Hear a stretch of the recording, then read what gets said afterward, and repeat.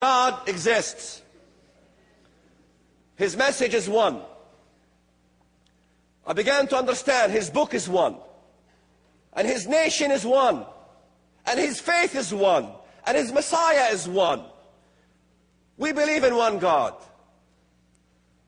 He brought the children of Israel. In fact, in Amos chapter 9, verse 15, He says, I will plant them in their land, and no longer shall they be pulled out of that land. How is it possible that we failed 6-day war, the war of Yom Kippur, 1948, and all the terrorist activity that we did, we could not destroy that little nation called Israel? For I am God and there is no other. I am God, there is none like me, foretelling the end from the beginning. He had thousands of these declarations in this manuscript that I began to unravel in 1993 in my attempt to convert my poor wife to Islam. Where are the corruptions you're talking about in the Bible, of course?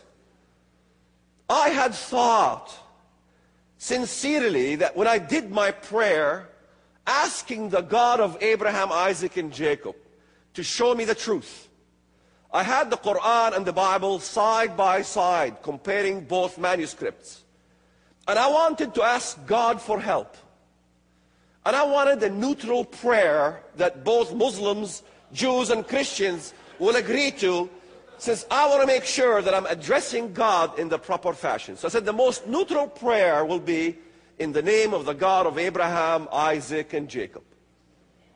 Muslims believe in Abraham, supposedly, and Jacob, supposedly, and they believe in God.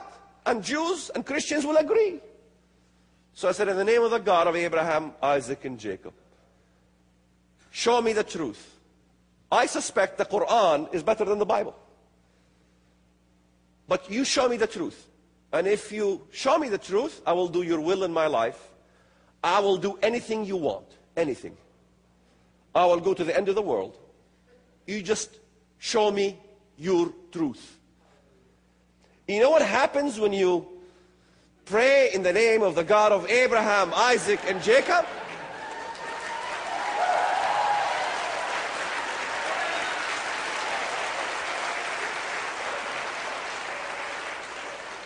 Here's what happens.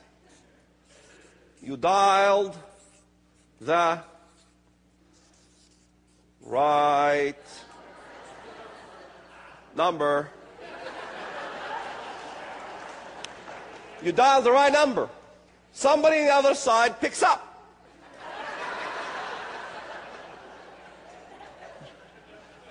I've been calling you all this time. How come you never answered? Well, you've been dialing the wrong number.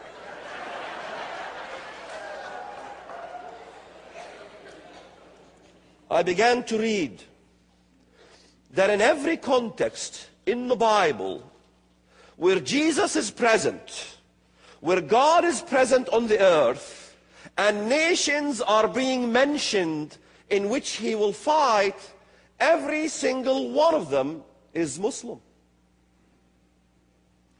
Every single one.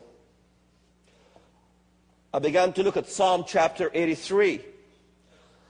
But Psalm 82, verse 8, it says, Arise, O God, judge the earth, for you shall inherit all nations. The Lord Himself will arise from His throne for that specific incident to judge the following nations. It's the most amazing piece of prophecy in the Bible. Yet when I became a believer and walked into a church, no one ever knew about the stuff that I was talking about. We were studying the book of Acts every single month and never got to these things that's in the Bible regarding these prophetic things. God will arise to judge the nations, and then He mentions them one by one. They have said, Come and let us cut them off from becoming a nation, that the name of Israel be remembered no more. For they form a confederacy against you, the tents of Edom and the Ishmaelites. Who are these people? Muslim. And I began to read, Assyria came to their aid, do to them as he did to Zeba and Zalmunna. Who is Zeba and Zalmunna? Zeba and Zalmunna, verse 11. I hope you brought your Bibles with you. The American mindset would look at Zeba and Zalmunna, would skip. We don't know who that is, and they keep going on. In other words, what will happen to these people is exactly what happened to Zeba and Zalmunna. And what happened to Zeba and Zalmunna? It's in the book of Judges, chapter 8. I believe verse 26. With the story of Gideon. You've heard of the story of Gideon? Now, who is Gideon? How much of the Bible is prophetic? All of it. All of it. Come on, Waleed. All the Bible is prophetic? Yes. Okay, I can give you a verse that is not prophetic. Let's see. Blessed are you when they persecute you. Jesus given a sermon. How is that prophetic? Sure is. Because he was leaving and the sheep are going to become shish kebabs. So he told them, blessed are you when they persecute you. He's leaving. What's going to happen to the believers down there? They're going to get persecuted. That was very prophetic. Joseph, the suffering Messiah. David, the king Messiah. Gideon, the brave one. The warring Messiah, the conquering Messiah. You want to know what the Messiah does when he comes back again? Study the book of Gideon. All these things about Gideon, Judges. Study Gideon, and you know everything about Gideon. You know what the Messiah is going to do. What he's going to do in verse 21. So Zeba and Zalmunna said, rise yourself and kill us, for as a man is, so is his strength. So Gideon arose and killed Zeba and Zalmunna, and took the crescent ornaments that were on their camels' necks. So in other words, when the Messiah comes, he will remove the crescent moon from all over the land on the high places. The crescent moon is on all the minarets, all throughout the Middle East. It must be the highest position in every single village or city is the crescent moon. We have just completed the 2007 International Prophecy Conference with nearly a dozen world-renowned speakers, but you don't have to miss a minute. I've been invited to many prophecy conferences, but this is the first one that I was allowed to talk about prophecy.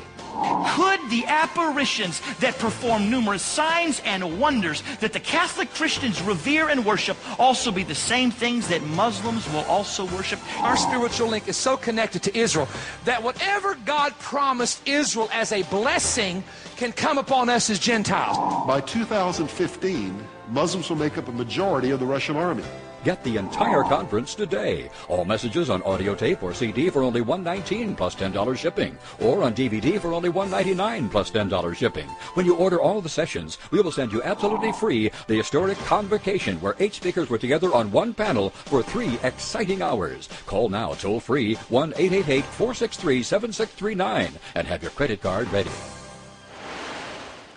In 45 of Isaiah chapter 23, the second half, that to me every knee shall bow, every tongue shall take an oath. There it is. Every knee will bow, every tongue shall take an oath. All right? He shall say, surely the Lord have righteousness and strength. To him men shall come. Oh, the Lord is here, and the whole world is flocking to worship the Lord. Who bows to him? Every knee will bow? Not just human beings will bow. Look at 46, the first verse. Bel bows, Nebo stoops. Arthur Jeffrey, one of the greatest historians in Islam, says that the worship of Allah is the same as worship of Bel, the moon god. Allah is another form of the worship of Bel. Before the advent of Islam, they worshiped the moon god. Bel is the moon god. And it says, Bel bows. The moon god will bow, the crescent moon. Nebo stoops. Their idols were on the beasts and on the cattle. Remember, I was sharing with you, Judges. It was on the camel's necks, the crescent moon that was plucked away. That also will bow.